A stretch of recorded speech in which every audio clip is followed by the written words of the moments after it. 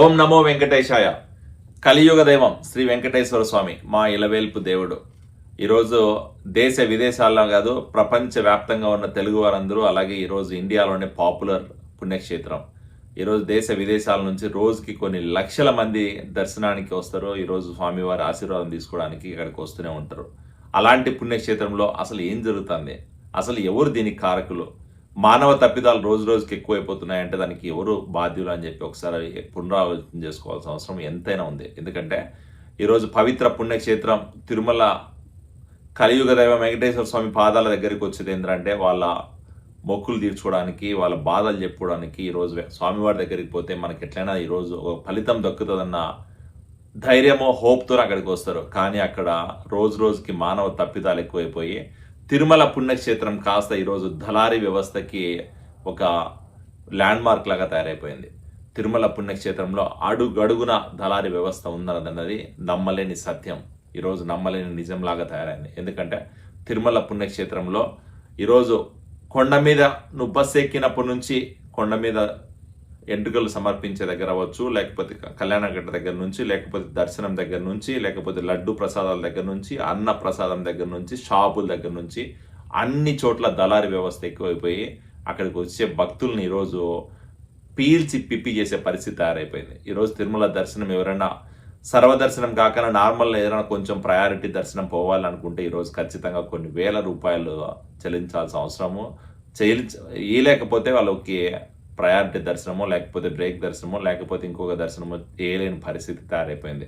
ఈరోజు పవిత్ర పుణ్యక్షేత్రం తిరుమలలో ఈ విఐపి దర్శనాలు, లేకపోతే వివిఐపి దర్శనాలు, లేకపోతే అక్కడున్న ఎంప్లాయీస్ కోటాలో వచ్చే దర్శనాలకు డబ్బులకు అమ్ముకునే ఈ దళారులు ఎక్కువైపోయి పుణ్యక్షేత్రం కాస్త ఈరోజు డబ్బులు వసూలు చేసే వసూలు రాజాలు ఎక్కువైపోయారని పరిస్థితి తయారైపోయింది. ఈరోజు తిరుమల పుణ్యక్షేత్రానికి అసలు నన్ను అడిగితే వివిఐపి దర్శనాలు అవసరమా, అసలు వివిఐపి దర్శనాలు యాక్చువల్ పర్పస్ ఏంది, అసలు జరుగుతున్నది ఏంది, అక్కడ జరుగుతున్న వాస్తవాలను ఒకసారి మనం చూస్తే నిజంగా కళ్ళు వెళ్ళబోయే పరిస్థితి.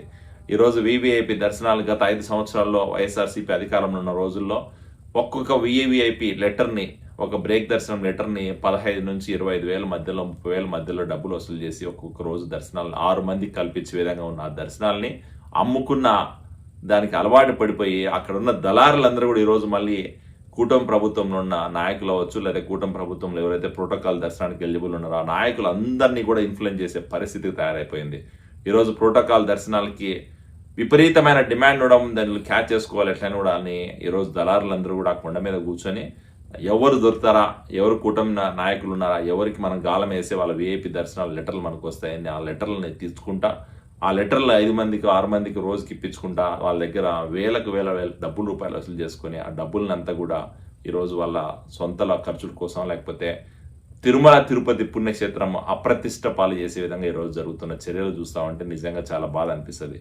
ఈ తిరుమల తిరుపతి పుణ్యక్షేత్రంలో జరుగుతున్న ఈ దళారీ వ్యవస్థని, లేకపోతే ఈ వివిఐపి దర్శనాలని టికెట్లు ఎవరైతే అమ్ముకుంటున్నారో ఇలాంటి నాయకుల్ని, లేకపోతే అక్కడ పనిచేస్తున్న దళారుల్ని, అలాగే అక్కడ జరుగుతున్న లోటుపాట్లన్నింటినీ చర్చించి వాటి మీద చర్యలు తీసుకోవాల్సిన అవసరం ఎంతైనా ఉందన్నది ఈరోజు నాకు చెప్పాలనుకుంటున్నా. ఈరోజు అక్కడ మా తెలుగుదేశం పార్టీ కూటమి ప్రభుత్వంలో ఉండి ఈరోజు బిఆర్ నాయుడు గారు అక్కడ చైర్మన్గా ఉన్నారు.